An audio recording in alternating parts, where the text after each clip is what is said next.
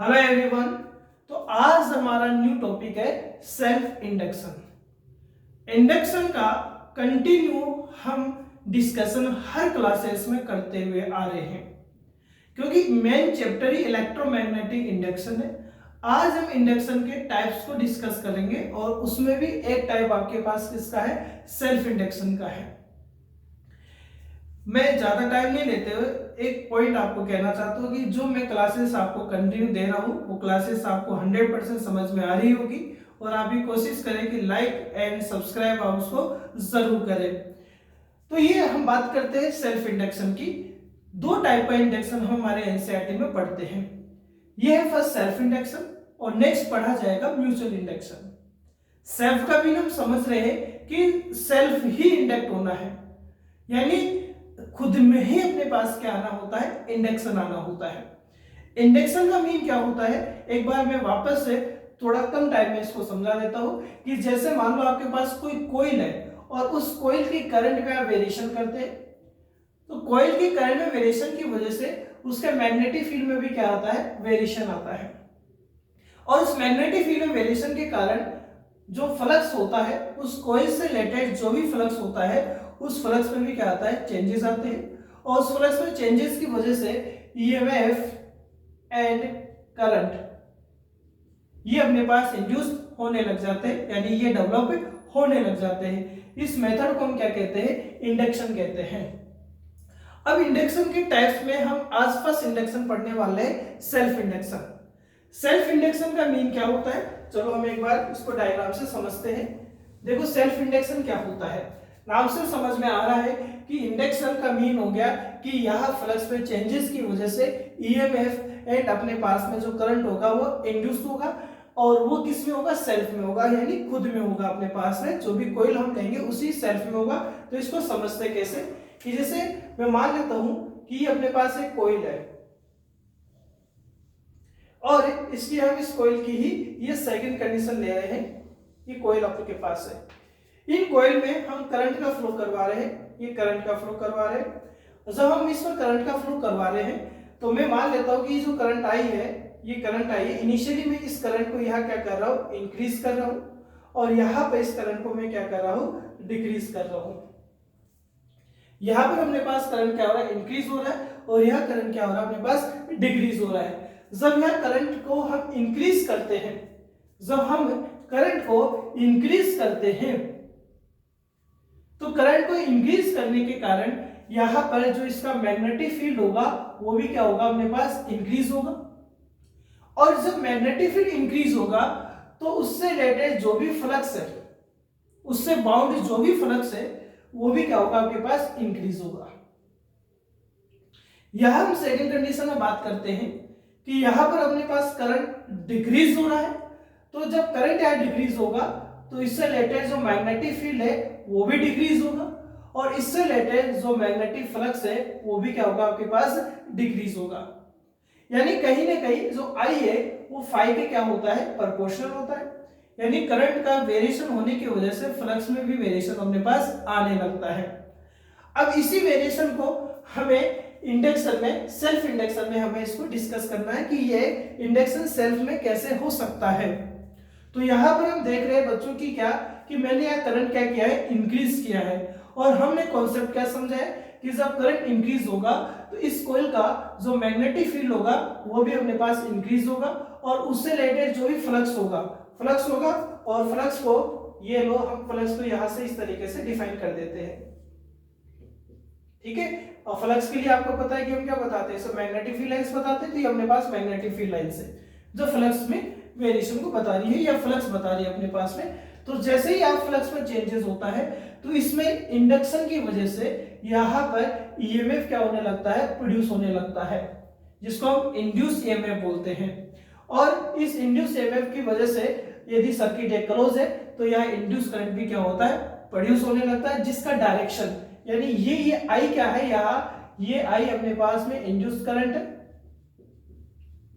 और जो ई है आपके पास में, ई यहां पर इंड्यूस ईएमएफ अपने पास है। इस करंट का जो डायरेक्शन होता है, इस इंड्यूस करंट का जो डायरेक्शन होता है वो इस इंक्रीज करंट के क्या होता है, जस्ट अपोजिट होता है। जस्ट क्या होता है, अपोजिट होता है। मीन यदि करंट इंक्रीज अपने पास हो रहा है तो फ्लक्स भी क्या होगा, वह इंक्रीज होगा क्योंकि वह मैग्नेटिक फील्ड बढ़ेगा। लेकिन इसमें इस तरीके से जब अपने पास फ्लक्स में वेरिएशन होगा तो फ्लक्स में वेरिएशन की वजह से वहां इंडक्शन का प्रोसेस होगा और उस इंडक्शन के प्रोसेस की वजह से अपने पास में क्या होगा, वह इंड्यूस करंट होगा। और इंड्यूस करंट के साथ जो इंड्यूस करंट अपने पास आएगा उस इंड्यूस करंट का डायरेक्शन इस तरीके से होगा कि वो फ्लक्स में वेरिएशन को क्या करेगा, अपोज करेगा। यानी फ्लक्स अपने पास इंक्रीज हो रहा है उसको कम करने की क्या करेगा, कोशिश करेगा। उसको हम यह समझ सकते हैं। यदि यहाँ पे करंट अपने पास इंक्रीज हो रहा है, यहाँ करंट इंक्रीज हो रहा है तो यह मैग्नेटिक फील्ड भी इंक्रीज होगा। लेकिन देखिए यहाँ पर ये आपके पास जो करंट इंक्रीज कर रहे हो उसका डायरेक्शन है और इस डायरेक्शन में अपने पास क्या है, जो इंड्यूस करंट आपके पास आ रहा है उसका डायरेक्शन है। हम ये देखेंगे कि ये आई इंड्यूस करंट और इधर जो हम इंक्रीज जो करंट आप कर रहे थे वो दोनों का डायरेक्शन एक दूसरे के क्या, जस्ट अपोजिट है। और जस्ट अपोजिट है तो जो रिजल्टेंट मैग्नेटिक फील्ड होगा वो इस इंड्यूस करंट की वजह से डिक्रीज होने की क्या करेगा, कोशिश करेगा।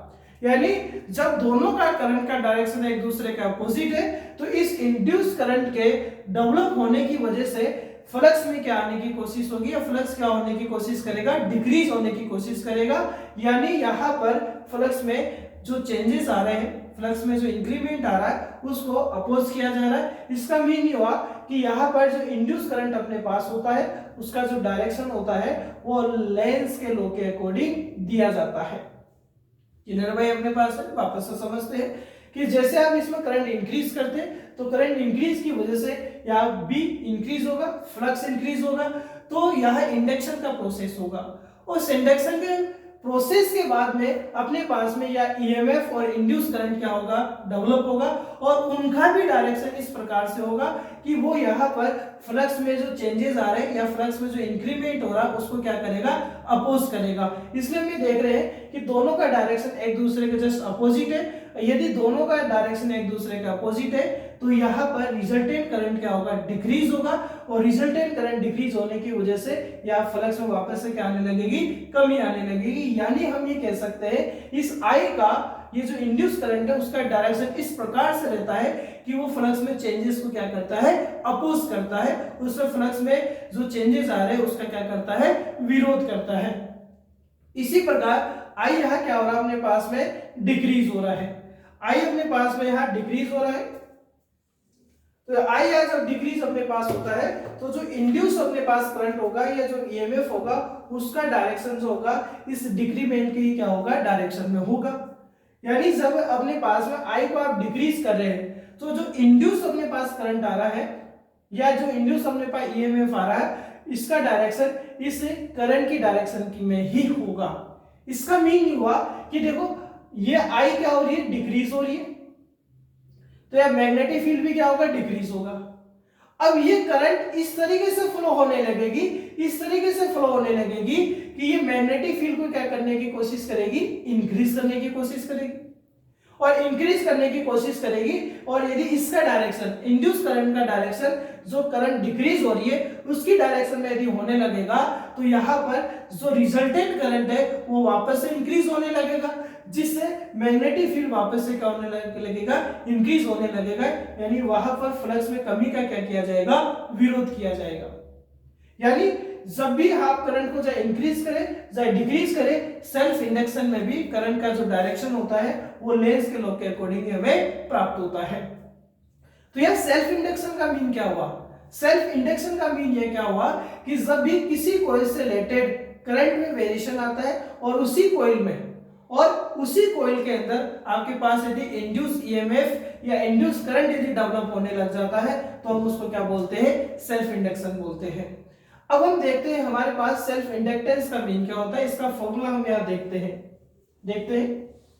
देखो यहाँ हम बार बार क्या डिस्कशन कर रहे हैं कि जो फाई होता है, जो अपने पास में फाई होता है वो कहीं ना कहीं आई के क्या होता है, डायरेक्टली प्रोपोर्शनल होता है। यानी हम बात कर रहे हैं आई यदि आपके पास में ज्यादा होता है तो बी ज्यादा हो रहा था, फ्लक्स भी क्या हो रहा था, ज्यादा हो रहा था। और आई आपके पास कम हो रहा था तो बी भी कम हो रहा था और फ्लक्स में भी कमी आ रही थी। यानी आई और फाई जो होते हैं वो एक दूसरे के क्या होते हैं, डायरेक्टली प्रोपोर्शनल होते हैं।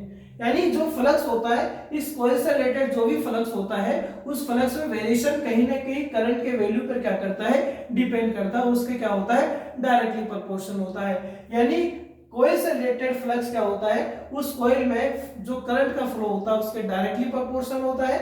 और इस प्रोपोर्शनल के साइन को रिमूव करके हम एक कांस्टेंट का यूज कर रहे हैं, और कांस्टेंट क्या है आपके पास, कैपिटल एल है। ये जो कैपिटल एल होता है इसको हम क्या बोलते हैं, सेल्फ इंडक्टेंस बोलते हैं, या इसको आप कोफिशिएंट भी बोलते हैं, इसको आप कोफिशिएंट भी बोलते हैं। और ये कोफिशिएंट जो आपके पास होता है वो किसका होता है, सेल्फ इंडक्टेंस का होता है। ये अपने पास में क्या है, सेल्फ इंडक्टेंस का क्या है, कोफिशिएंट है। तो इसको दो नामों से हम जानते हैं, सेल्फ इंडक्टेंस या कोफिशिएंट ऑफ सेल्फ इंडक्टेंस। यहां से L इक्वल टू आपके पास क्या आ जाएगा, फाई अपॉन आई आ सकता है। तो यहां से पहले यूनिट और डायमेंशंस देख लेते हैं, यूनिट्स हम देखते हैं। L के अकॉर्डिंग आप देखेंगे फाई अपॉन आई आ रहा है, और फाई का क्या होता है, फ्लक्स होता है, फ्लक्स का यूनिट क्या होता है, वेबर होता है। डिवाइड यानी ये पर आ गया, आई यानी एम्पियर, तो एक यूनिट इसका क्या होता है, वेबर पर एम्पियर होता है। और वेबर पर जो एम्पियर होता है वो अपने पास किसके इक्वल होता है, हेनरी के भी इक्वल होता है। और हेनरी को हम किससे लिखते हैं, एच से लिखते हैं। यानी साइंटिस्ट हेनरी के नेम से इंडक्टेंस का जो यूनिट दिया गया वो क्या दिया गया, हेनरी दिया गया है, एच दिया गया है, जो वेबर पर एम्पियर के इक्वल आ रहा है। अब हम इसका डायमेंशन देखते हैं। डायमेंशन देखिए, देखो पहले आ रहा है फ्लक्स, और फ्लक्स क्या होता है, B इंटू ए होता है, और डिवाइड में क्या आ रहा है, आई, आई यानी क्या आ रहा है, करंट आ रहा है। या तो आपको B का डायमेंशन पता होना चाहिए, अदरवाइज आप B को भी कन्वर्ट कर सकते हैं। B जो होता है वो फोर्स और पोलर जो स्ट्रेंथ होता है, क्या लिखा हमने, फोर्स और जो पोलर स्ट्रेंथ होता है, जो पोल स्ट्रेंथ होता है। फोर्स आप जानते ही, पोल स्ट्रेंथ का यूनिट एम्पेयर इंटू मीटर होता है, पोल स्ट्रेंथ का यूनिट एम्पेयर इंटू मीटर होता है। तो आप इस फॉर्मूले से B का डायमेंशन फाइंड कर सकते हैं। तो यहां देखते हैं B इक्वल टू क्या है, फोर्स, और फोर्स का डायमेंशन क्या होगा, m1 l1 t-2 होगा। हम B की बात कर रहे हैं ना, चलो पहले लिख लेते हैं, फॉर्मूला लिख लेते हैं हम। यहां B का मीन क्या है, F upon small f। F क्या है यहाँ, फोर्स है, स्मॉल m क्या है, पोल स्ट्रेंथ है। और पोल स्ट्रेंथ क्या होता है, पोल जो होते हैं, मैग्नेट के जो दो पोल होते हैं उनके द्वारा किसी भी अदर मैग्नेट को या अदर मटेरियल को अट्रैक्ट या रिपेल करने का जो एबिलिटी होता है, जो कैपेसिटी होता है, जो पावर होता है, हम उसको क्या बोलते हैं, पोल स्ट्रेंथ बोलते हैं, जिसको हम चैप्टर नंबर 5 में बताएंगे। तो ये एम्पियर इंटू मीटर आपके पास है। तो ये हम बात करते हैं, फिर आगे एरिया, और अपन क्या आगे, आई आ गया। अब डायमेंशन पुट कर दीजिए, एफ का डायमेंशन m1 l1 t-2 होता है, फोर्स का डायमेंशन। ये क्या है, ए यानी क्या है, एरिया है, और एरिया का डायमेंशन L2 होता है। अब हम बात करते हैं एम हमने क्या कहा, स्मॉल एम पोल स्ट्रेंथ होता है, जिसका यूनिट एम्पियर इंटू मीटर होता है, और एम्पियर इंटू मीटर के अकॉर्डिंग स्मॉल एम क्या हो जाएगा, L1 एंड L1 क्या है, मीटर का हो गया, और एम्पियर क्या हो गया, A1 हो गया आपके पास में। आई अगेन करंट है, तो ये A1 आ गया आपके पास में। इसको यदि आप सोल्व करते हैं तो देखो m1 का एक ही पोर्शन आ रहा है, इस L1 से ये L1 कैंसिल आउट हो सकता है, तो एक L2 आपके पास ऊपर रहेगा, तो ये L2 हो गया, t-2 हो गया, ये A1 A2 हो गया, और इसको ऊपर पहुंचाएंगे तो क्या हो जाएगा, A-2 हो जाएगा। तो ये इसका क्या हो गया है, डायमेंशन हो गया है। नेक्स्ट हम देखते हैं,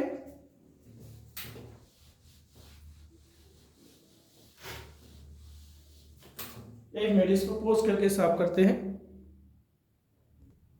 तो देखें यहां पर, अब इसको और हम फॉर्मूले में चेंज करते हैं। तो यार देखो फाइव इक्वल टू आपके पास क्या आ चुका था, एल आई आ चुका था, फाइव इक्वल टू क्या आ गया था अपने पास, एल आई आ गया था।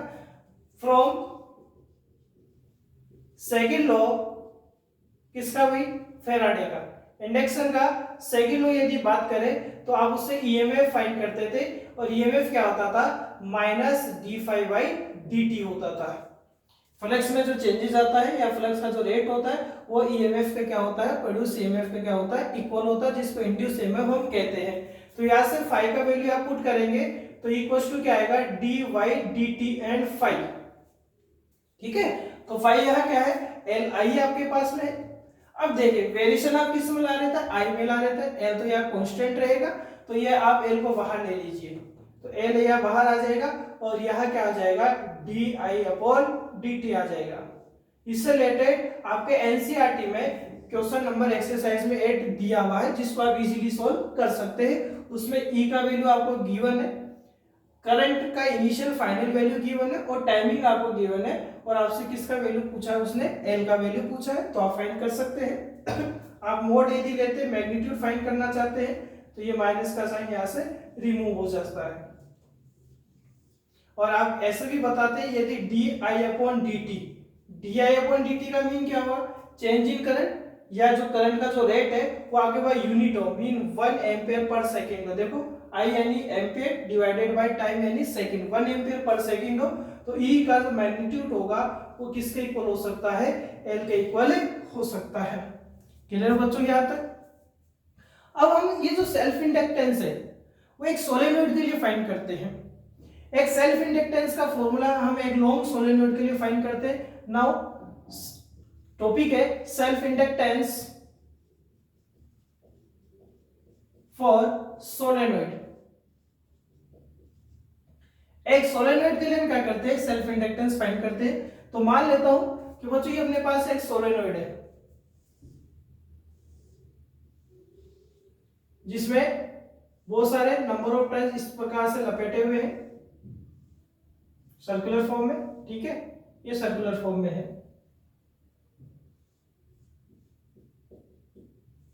और इसमें क्या हो रहा है, करंट का फ्लो हो रहा है। तो हम मान लेते हैं कि इसमें total number of turns, total number of turns, ये जो सर्कुलर कॉइल है इसमें बहुत सारी इस तरीके से हम क्या करते हैं, बहुत सारे कॉइल्स क्या करते हैं, बहुत सारे लपेटते हैं इस तरीके से वायर को। जैसे इसके ऊपर बहुत सारे वायर यदि आप लपेट देते हैं उसमें करंट का फ्लो करवाते हैं, तो जो डिवाइस बनता है उसको हम क्या बोलते हैं, सोलेनॉइड बोलते हैं। तो इसमें total number of turns solenoid में हमने कैपिटल एन एज्यूम कर लिया है। इसका जो लेंथ है, इसका लेंथ स्मॉल एल से माने आप, क्योंकि कैपिटल एल से हमने किसको मान रखा है, सेल्फ इंडक्टेंस को मान रखा है। तो इसका लेंथ ऑफ सोलेनॉइड, इस सोलेनॉइड का लेंथ हम ले लेते हैं स्मॉल एल आपके पास है। क्लियर है। इसके साथ ही हम मान लेते हैं total number of turns in per unit length.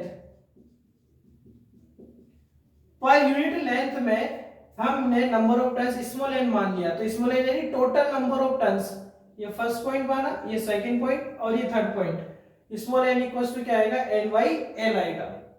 तो यहां से कैपिटल एन इक्वल्स टू भी क्या आ सकता है, एन प्रोडक्ट एल हो सकता है। हम मान लेते हैं कि इसका जो एरिया है, एरिया जो है सोलेनॉइड का क्रॉस सेक्शन एरिया कितना मान लिया हमने, ए मान रखा है। तो आप जब भी इसमें करंट का फ्लो करवाएंगे तो करंट के फ्लो की वजह से इसमें क्या होगा, अपने पास में इंड्यूस ईएमएफ और इंड्यूस करंट क्या होगा, प्रोड्यूस होगा। और इंड्यूस करंट या इंड्यूस यदि ईएमएफ प्रोड्यूस होगा तो उसको सेल्फ इंडक्शन में काउंट करेंगे, क्योंकि इसी कॉइल के अंदर सारा प्रोसेस हो रहा है। तो यहाँ हम डेफिनेशन क्या, फाई प्रोपोर्शनल क्या पढ़ा है हमने, आई पढ़ा है।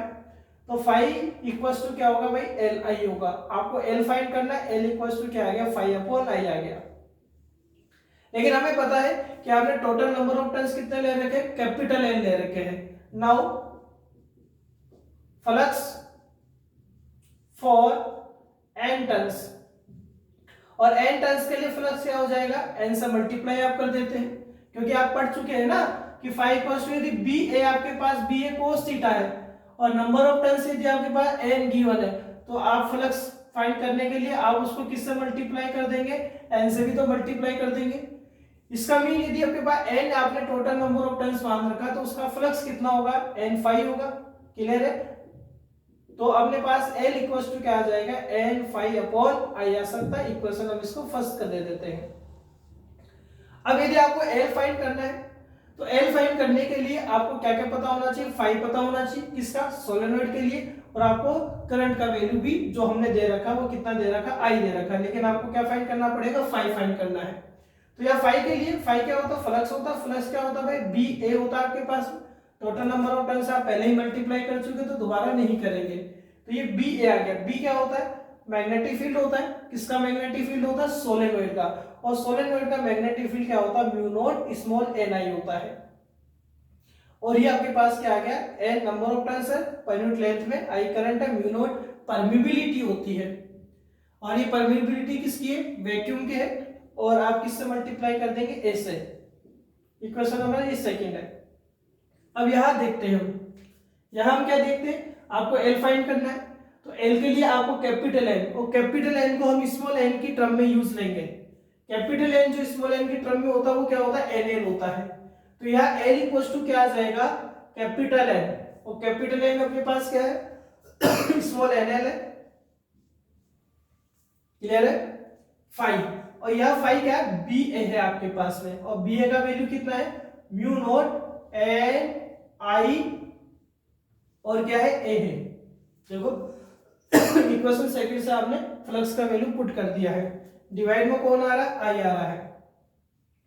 तो आई से आई क्या हो रहा है, कैंसिल आउट हो रहा है आपके पास में। तो यहाँ एल इक्वल टू क्या आएगा, देखिए ये म्यू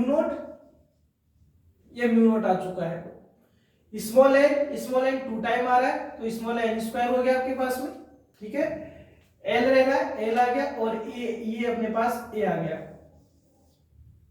तो ये mu naught small n square l है। तो ये जो भी अपने पास में सोलेनोइड होता है उसका क्या होता है, सेल्फ इंडक्टेंस होता है। फॉर मीडियम के लिए यदि आप देखें, इसको एक बार हटा देते हैं यहां से। यदि मीडियम के लिए फाइंड करना चाहे तो ये वैक्यूम के लिए था, इसलिए परमेबिलिटी किसकी यूज आ रही थी, अपने पास वैक्यूम की यूज आ रही थी, फ्री स्पेस की यूज आ रही थी। मीडियम के लिए फाइंड करें, मीडियम का मीन यदि इसके अंदर कोई मेटेरियल मैं रख देता हूं, इस सोलेनोइड में यदि कोई मेटेरियल रख लेता हूं, तो उस मेटेरियल रखने के बाद में उसका सेल्फ इंडक्टेंस इंक्रीज होगा या डिक्रीज होगा, हम उसको देख रहे हैं। तो ये मेटेरियल हमने मान लो रख दिया इसमें, ये मेटेरियल हम कुछ रख देते हैं इसमें, उस मेटेरियल का अपने पास में, इस मेटेरियल का अपने पास में परमेबिलिटी मान लेते हैं म्यू है। तो यहाँ एल इक्वल टू क्या आ जाएगा, म्यू नोट की जगह क्या यूज लेंगे, म्यू यूज लेंगे, और क्या आ जाएगा, एन स्क्वायर एल है। और एक रिलेटिव परमेबिलिटी होता है। रिलेटिव परमेबिलिटी क्या होता है, म्यू और म्यू नोट का रेशियो होता है। रिलेटिव परमेबिलिटी क्या होता है, सो मीडियम का परमेबिलिटी होता है और जो वैक्यूम का परमेबिलिटी होता है, उन दोनों का रेशियो। परमिबिलिटी, परमिट करना। परमिबिलिटी का मीन देखो, एक वर्ड आ रहा है आपके पास में MEA, परमिट करना, परमिट करने की एबिलिटी होना। किसकी एबिलिटी होना, परमिट करने की एबिलिटी होना। और परमिट किसको करेगा, मैग्नेटिक फील्ड लाइंस को। कुछ मेटेरियल्स ज्यादा से ज्यादा मैग्नेटिक फील्ड लाइन को अपने में से पास करवा लेते हैं, इसका मीन उनका परमिबिलिटी ज्यादा होगा। जो कम अपने में से मैग्नेटिक फील्ड लाइन को पास करवाते तो उनका परमिबिलिटी क्या होगा, कम होगा। यानी मैग्नेटिक फील्ड लाइंस को पास कराने का जो एबिलिटी होता है उसको हम परमिबिलिटी कहते हैं। जिसका परमिबिलिटी ज्यादा है, इसका मीन उसमें से ज्यादा मैग्नेटिक फील्ड लाइन क्या हो सकती है, पास हो सकती है। तो ये रिलेटिव परमिबिलिटी का फॉर्मूला क्या होता है, mu r equals to mu upon mu naught. तो यहाँ से म्यू क्या हो सकता है, mu naught into mu r हो सकता है। तो ये फॉर्मूला यहाँ पुट करेंगे तो एल क्या आ जाएगा, म्यू का मीन क्या है, mu naught mu r n square l A. तो एक आपके पास में ये भी क्या होता है, सेल्फ इंडक्टेंस का फॉर्मूला आ जाता है। दूसरी हम बात करें कि कौन कौन से फैक्टर पे इंडक्टेंस अपने पास डिपेंड करता है। तो इंडक्टेंस आप देखें सबसे पहले किस किस फैक्टर पे डिपेंड कर रहा है। तो देखो ये लेंथ पर डिपेंड कर रहा है, सोलेनोइड के लेंथ पर डिपेंड कर रहा है। लेंथ के साथ आप देखेंगे ये नंबर ऑफ टर्न्स पर भी डिपेंड कर रहा है। स्मॉल एन पर डिपेंड कर रहा है, तो स्मॉल एन के साथ डिपेंड कर रहा है, तो कैपिटल एन पर भी डिपेंड ही कर रहा है। ये एरिया पर भी डिपेंड कर रहा है। फोर्थ यदि आप देखेंगे तो ये देखो म्यू, और ये क्या था, म्यू नॉट फ्री स्पेस का था, ये मीडियम का था, और मीडियम की प्रेजेंस में एल क्या हो रहा है, इंक्रीज हो रहा है। यानी ये किस पर डिपेंड करता है, मीडियम पर भी डिपेंड करता है। तो आप यदि इन तीनों को एक कमांड में बोले तो आप इसको ज्योमेट्रिकल शेप भी कह सकते हैं, यानी इंडक्टेंस ज्योमेट्रिकल शेप पर भी डिपेंड करता है। जो भी कॉइल आप यूज लेते हैं उस कॉइल की अपने पास में जो भी ज्योमेट्रिकल शेप होती है, मीन उसका नंबर ऑफ टर्न्स कितना है, उसका एरिया कितना है, उसका रेडियस कितना, उसका लेंथ कितना है, ये उस पर भी डिपेंड करता है। और ये उसके साथ में उसके अंदर कोई मेटेरियल यदि आप यूज लेते हैं तो उसके ये परमिबिलिटी यानी उसके मीडियम पर भी क्या करता है, ये डिपेंड करता है। तो टोटल 4 फैक्टर पर अपने पास क्या करता है, सेल्फ इंडक्टेंस डिपेंड करता है। तो ये नेक्स्ट क्लास में बच्चों हम क्या करेंगे, जो भी अपने पास में मैग्नेटिक पोटेंशियल एनर्जी है उसका फॉर्मूला हम ड्राइव करेंगे।